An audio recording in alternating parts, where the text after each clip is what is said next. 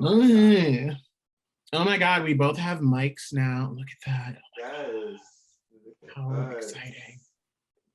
That's so exciting. We're one step closer to being professional. Oh snap, my mic is off. But we're not yet there. Hi, everybody. My name is Faye. Hi, lovely people. My name is Erby. And welcome back to I'm a Fan, the show where we talk shit or fan out about Drag Race. What else? Well, hopefully other things eventually. Oh, right. Yeah, we'll see. We'll see. Yeah, right. There's going to be a lot of Drag Race happening. So before we go ahead and get started, make sure to like and subscribe because that's what people tell you to do on the internet before you've seen the content. And let's go ahead and get started. So normally when we hit the final four, we just go straight into the grand finale. But this season, for some reason, we are doing an additional episode, which I don't understand why, but like, I mean, if we have more episodes, then let's just do the more episodes, I guess. You know, why the hell not? Yeah, I think that's the feel for this season with the crew and Drew. Just why the hell not? Why not? Has it been done before? Well, let's just do it. Let's just do it anyway. So as clueless as we all are, the girls are just as clueless. They came in after Olivia's elimination and they're like, I don't know what the fuck's about to happen, but we'll see. They made it to the top four. That's, what matters. So whatever comes next. Yeah.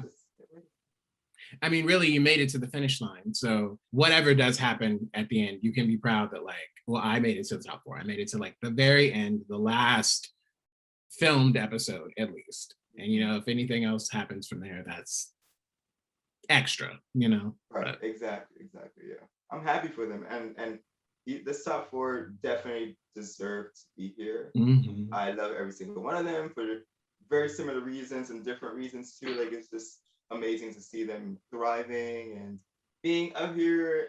This episode was definitely one of my favorites. Yeah, I really, really enjoyed this episode too. I really, really do love this top four as well. I think I'd genuinely be happy with any of them winning. And I know that I say that a lot, but I mean it with this one. I mean, I do have my favorite. I'm not gonna lie. I mean, should we say now who our favorite is, who we want to win? It's not obvious for people who have not been watching. I know for me, if it was obvious. I'll just real quick. I'll just put it up real fast and then put it back down. Here we go. We just don't go. Oh, and it's gone. Oh, it's gone. Did you catch that? Oh. Okay. If you didn't catch it, wait till the end of the episode. We'll say it again. Bonus points for those who did. I don't know what you win. If you caught it, put the time marker down, and I'll send you $1 that I will immediately request back. And if you don't send it back to me, I'll block you. That's some real tourist shit right there. The girls went over how many wins each person got, and whatnot, and we know that Candy does have the less amount of wins. Yeah, she only has one. But she is determined to make it to the very top. She deserves it. If anyone has genuinely been fighting the entire season, it's been Candy. So right, and that's on and off screen. And I like what Simone also said, because she also has been going through her own emotional journey throughout this whole competition. Mm-hmm. She says that she got something hotter than fire under her ass. What do you think that can be? Chlamydia? Is that? Oh. I wrote it down. I really wanted to say that. Oh my goodness. What is that, Simone? Please tell us. Lord. Rosé's Joey J impression. That was pretty great, right? Yeah, that was great. It was great. Funny. Real funny. Mm-hmm. That way, yeah. So it's a brand new day. Everyone starts talking about what they would do with the prize money. And everyone kind of is like, well, I'd invest it back into a drag because drag is expensive. That makes sense. Drag is expensive. Our Venmo and Cashapp is below for anyone who has the means to support because drag is very expensive. Thank you. But yeah, so everyone would invest into their drag except for Candy, who would buy a boat. And why not? You know what? Why not? Why not? I hope it's a yacht that she gets, not just like a raggedy ass boat. Well, I mean, Erby, it's only $100,000, and that's. You can get some like small yacht. Okay, but like, it's $100,000 before taxes. Right. So. Yeah. Maybe just a boat, you know, a little sailboat, a cute little sailboat, I think would be appropriate. Maybe. Oh, what a waste. Okay, so Ru comes in. Sunglasses, no mustache, no wig, right. Just sunglasses. And you know, I can deal with sunglasses. I'm okay. I'm okay with sunglasses. We go straight into the maxi challenge, no mini. And you know what I realized? Last week, I was like, where's the puppets? But you know what I realized? I realized I don't even like that challenge. So why was I so like, oh my God, where are the puppets? Like, I don't like puppets. It's just because I guess you're used to seeing it. I guess so. Yeah. But like, I was literally like befuddled last week. I was like, whoa, no puppets. And I'm like, this week I was like, you know, I don't give a shit about the puppets. I don't even like them. So the queens will be writing their own verses and performing Ru's new song, Lucky. And they'll also each have a chat with Ru and Michelle and that 13-year-old bowl of Tic Tacs, which I would not touch if I were anyone in the vicinity of that. Well, God bless. So you are on one today, and I love it, honestly. I like the journey that Gottmik has had during this process. I think every one of them have experienced it.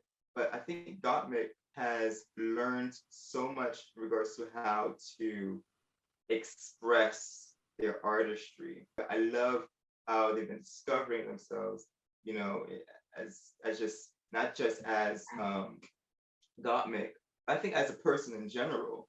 And I think that's such a beautiful journey, and that really touched me while just talking to the group. Every time Gottmik like talks about their journey or really just says anything, like it doesn't even have to be words. Cue Gagachandra. Like I just fall more and more and more and more in love with Gottmik, I swear. And it seems like Ru and Michelle do as well, because like she had Ru and Michelle dying the entire time. It was so much fun just watching them. They were just kicking, and it was out of everyone there, Gottmik felt the most comfortable. Yeah, the most natural for sure. Like they're gonna be friends after this. Like it's fine. And like, girl, let's go get drinks. I think they both would go and they would have a great time. Gottmik even said that she didn't want to leave. You know, she had to stay and talk to them. And I didn't want it to be over. I could have watched that whole an hour episode of that alone. Yeah, Gottmik's got Stockholm syndrome like a motherfucker, honestly. She's like, oh, I never want to leave. Let's keep going. It's like, girl. That's scary. It's not that serious. It was so intense. Everybody else is like, okay, but I would like to go home maybe eventually. Like, no, never. I never want to leave. Then we have Rose. I enjoyed how she was talking about finding freedom in drag more so than she did in theater. And oof. I didn't realize that she hasn't been doing drag for that long. No. It's been 3 years, right? Yes, which is amazing because she's done a lot. And I would pay money to go see Rose on Broadway. Oh, period. I would love that. And I would love for that to kind of like pave the way to where you see like other outstanding drag performers do their thing on such a like world-renowned stage. I think that would be amazing. Yeah, when she talks about being a theater kid, but like realizing that there was a freedom in drag that she never felt in theater, I felt so seen being someone who is a non-binary ethereal fairy. It's hard to find, or at least it was. I'm hearing that things are getting a lot better, but even just a year ago, it was really hard to find roles. Theater can be such a like freeing environment, but oftentimes like the scripts and the actual like things that like go somewhere are often still very limited. There's very much still a limited scope because theater is still run by rich white people. So it's kind of hard to like, you know, really express yourself. But when talking about like drag and how there literally are no rules and how it's literally an expression of heightened gender or gender fuckery or whatever the fuck you want it to be, there is a completely new and amazing freedom in that. So I definitely agree. And it definitely touched my little heart. I was like, I see you, Rose. I see you. You don't see me because you on the TV, but I see you. Yeah, it would be amazing to get more representation on Broadway or in films. You know, like there's people that feel the same way about watching movies and feeling that they don't have representation or TV shows. And yeah, like it's about damn time. Period. Y'all, I got a mic and I don't know how to act. Oh, I have mine over here too. Can't really see it. Like I've been touching it nonstop, even while you were talking. I was like, I'm hate. There's a mic here. There's a mic here. There's a mic here. Oh my god. Oh my god. We have Candy, right? Candy chats with Rue and Michelle, and she also makes Rue die laughing because literally Candy could say nothing, and Rue would be like, "Oh my god." She's so funny, which she is funny, but it's weird to a point. Like Candy will be like, yes, and Rue will be like, oh my god, what? She's crazy. She's really dying. Like she is genuinely laughing her ass off about something, and it's like, well, what? She just answered the question. At Drag Race, like, you know, the things that she was often made fun of so much for in life are the things that she is celebrated for there. It's just so great. And I think that that should be kind of what life is. You know what I mean? Like we all have like all different types of like things. Like no one is the same at all, but we all for some reason try to be the same type of person or try to do this or that the same type of way. When in reality, we are all our own individual people. We all have our own individual brains. No one's going to think the same way. No one's going to operate the same way. And those differences should be celebrated as opposed to being like, haha, your brain think like this, but mine think like that. So you ugly. Like, you know, it's like, what, like this shit don't even make sense. The parts that we tend to gravitate towards most, and honestly end up being universal, you know, are the parts that people were bullied for or, you know, are embarrassed of or used to be embarrassed of, or you know their struggles. It's just part of your testimony. And yeah, Candy definitely, I really appreciate that in her story because she makes sure that she speaks on it. You know, she speaks about it and she knows that it's part of her journey. You know, from the hood to Hollywood, and I really love that part. Her, and also, can we talk about the cultural icon of it all, because like I was not saying purr until I heard Candy Muse say purr, and now it's the only thing that goes through my mind. Like I wake up in the middle of the night, purr, you know, and then I immediately go back to sleep. Like just the icon of it all, you know what I mean? Oh my god, I could really imagine you doing that. I do. That wasn't a joke. You know, it's what I do.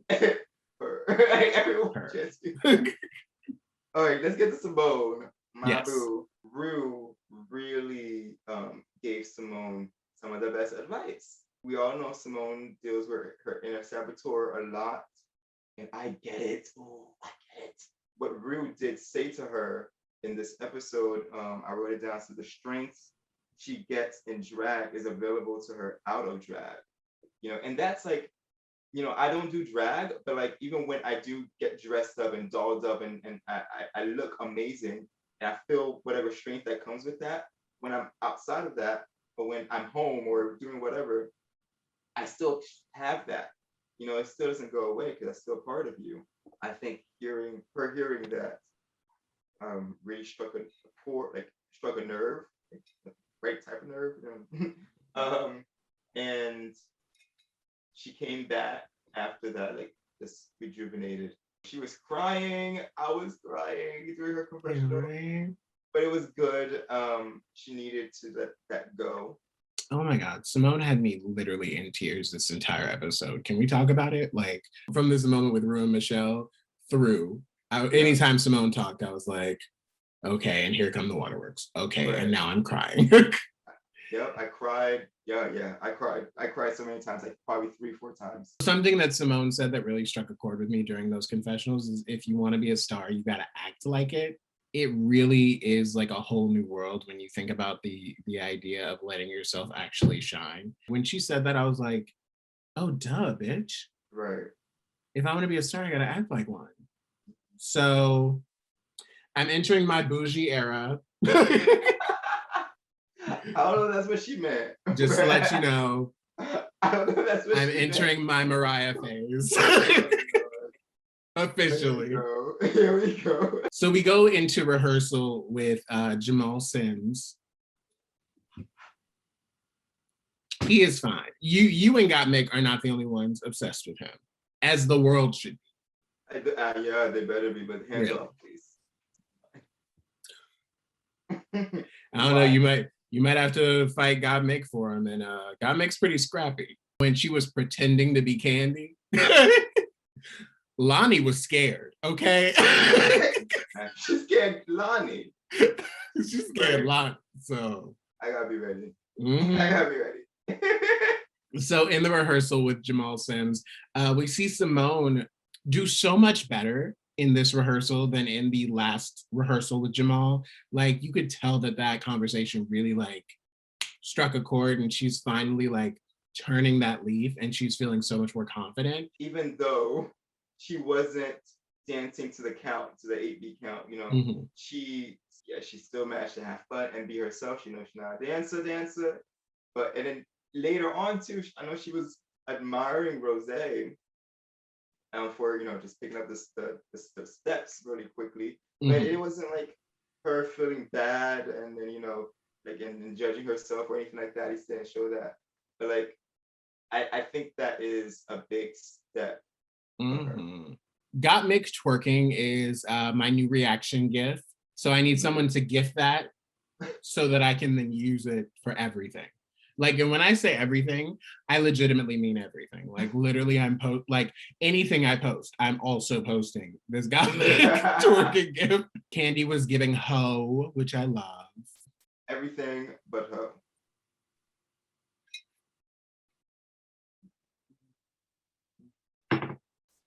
Ho. Okay. And then Rose good. Rose got it. Rose, you know. Rose literally killed it. I mean, of course, but oh my, wait.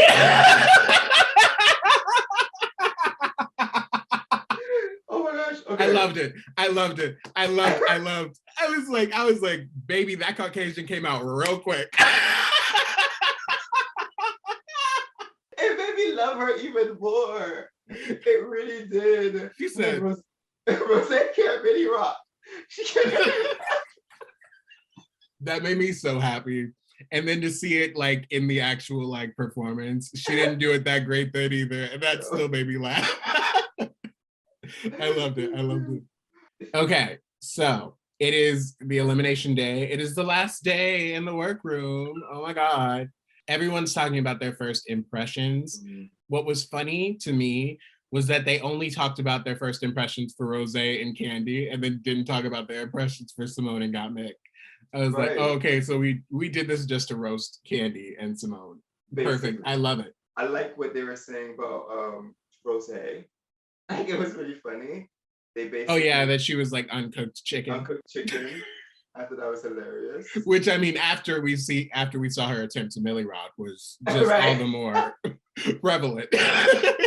And of course, everybody, you know, thought Candy was gonna be another loud girl, basically. Right. Which I mean, she was, but she was also a crybaby and was also very loving, along with being loud. Yeah. First, we get the premiere of the song Lucky. Overall, I think the song is cute. Overall, it's a cute song. You know what I mean? I wouldn't consider it, you know, like it's not a peanut butter.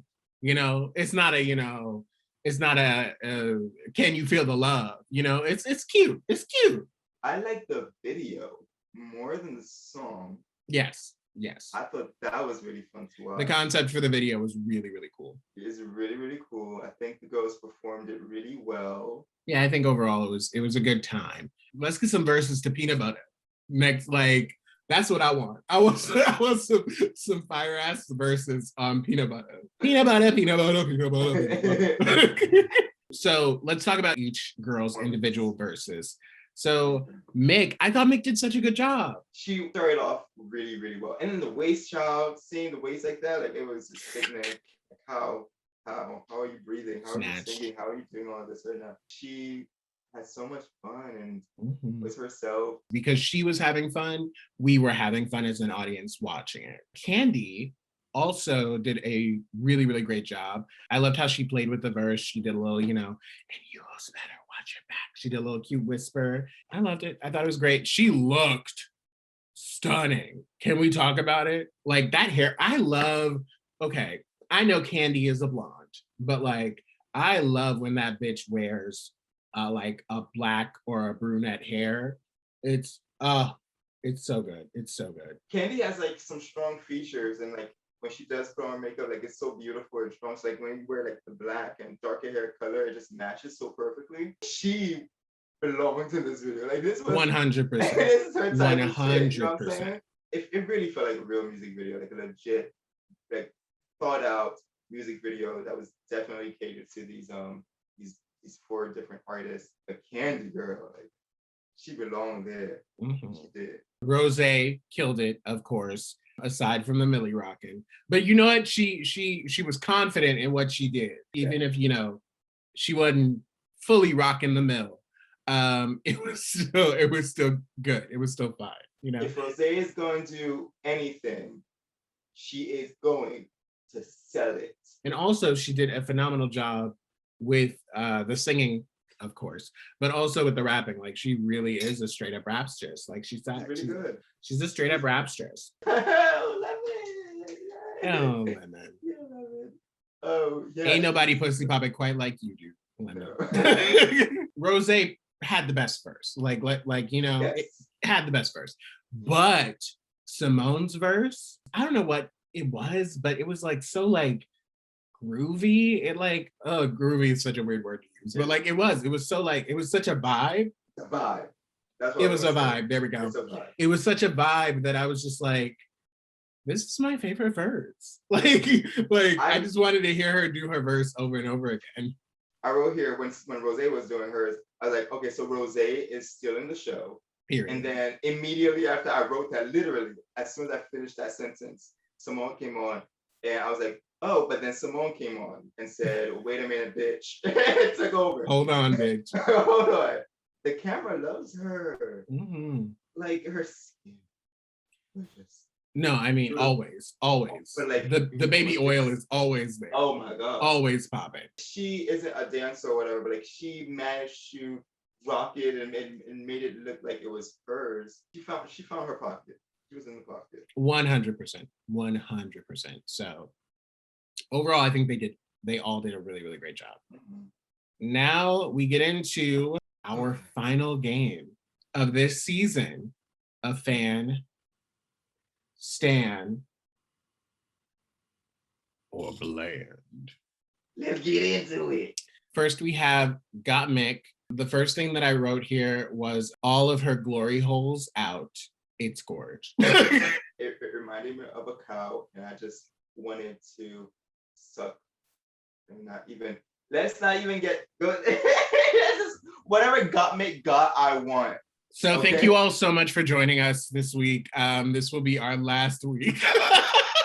Got Mick looked amazing. I was just shocked at how good this came out too, because it could have easily not been good. The makeup, everything just worked so perfectly. And then you have Got Mick doing this, so like seamless. Seamless. So, do we have to say it? Do you want to say it together? Yeah. Okay. Let's try. Okay, we'll try. Okay. Stan. Period. Yeah, you know the vibes. Next, we have Candy. Fun fact about this look, apparently it was made by the same designer for last week's Eau de Bucket, look as well. It goes to show that, you know, sometimes people just have bad days. That look didn't come together, but this look, I feel like, came together really, really well. I thought it was gorgeous. It fit her body so beautifully. I was looking for a little more hoe, just a little more hoe, but like overall, it was gorgeous. I like the sleeves, which, you know, it's usually a hit or miss, those kind of sleeves for me. Yeah, the little like hoopy sleeves. Yeah. A little bit too clownish or whatever. Like it worked really well. I really was appreciating everything about this look. It gets a stand from me. A stand. I am going to give it a big fan. Erby, it's the last week. You're supposed to give them stands because it's the last week. I mean, I guess. Okay, all right.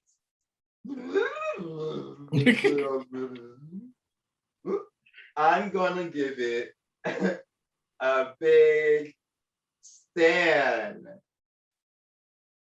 Not the wink. I'm going to give it a stand.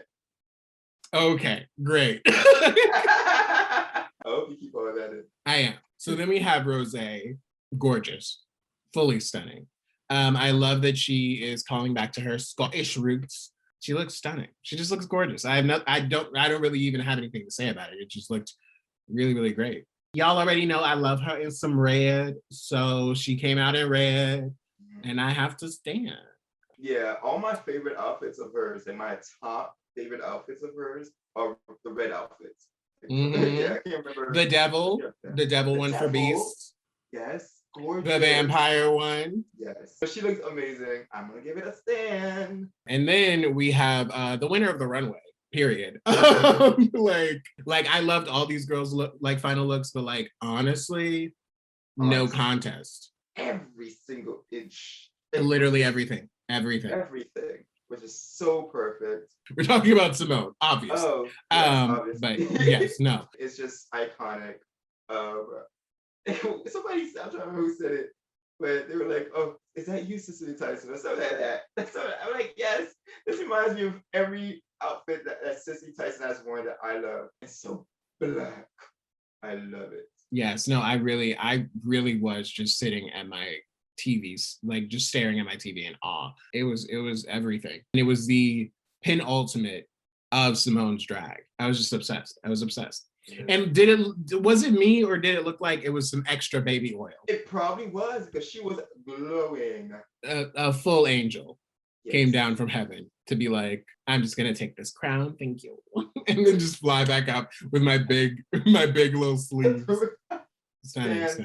Of course it's Stan. Like, are you kidding me? If there was anything higher, then it would be that. Should we make something higher? Oh my God! Tune in next season's Drag Race. We'll see if there's something higher. Let's just keep making them, like to the point where there's like 20 different tiers. A big part of me was like, there's no way they're gonna get rid of anybody because we always do a top four. We always do a top four. You know what I mean? So I was like, there's no way. But then another part of me was like, but what if there is? But what if they do decide to do something different this year? What if one of them goes home or two of them goes home and it's just two people in the finale? You know, duh, you never know. It's been an unexpected year. Like they've been trying new things. It has been a crazy year. So I wouldn't be too surprised. The queens talk to their younger selves. I don't want to go too into it because I will cry again. Spoiler alert, Simone made me cry again. Every single one of them spoke on their struggles and their journey. And everything they said struck a chord with me. You know, this goes back to universality that comes with being open about your struggles and, you know, and testifying. I really did cry. I didn't just cry for Simone either. I cried for Gottmik, I cried for Candy, and I cried a little bit for Rosé. Like it was just beautiful. It's always beautiful. No, just fully. Like Simone said, I cry every time. It was for sure Waterworks City, especially because like in a normal season, it during the baby picture moment, like it's Waterworks, period. But like, especially because we've spent so much time with these girls, like hearing their messages to their younger selves just really, really like struck a chord. It's like it literally felt like you were watching the season finale of like, you know, your favorite show. You know what I mean? So it meant a lot. And I was definitely definitely tearing up, which I don't like to show weakness, but it's a me thing I gotta work on, I guess. Anyway, they all have to lip sync for their life. But the gag is one at a time. That gagged me. I was like, okay, they're all gonna lip sync. Woo, yeah, cool, whatever. But then it was one at a time, and I was like, oh. And then I was like, oh, okay, so they probably for real will not eliminate anybody because they don't want anyone to like outshine anybody else in the lip sync. They want to be able to like edit it to make it look like everybody looked good and did well.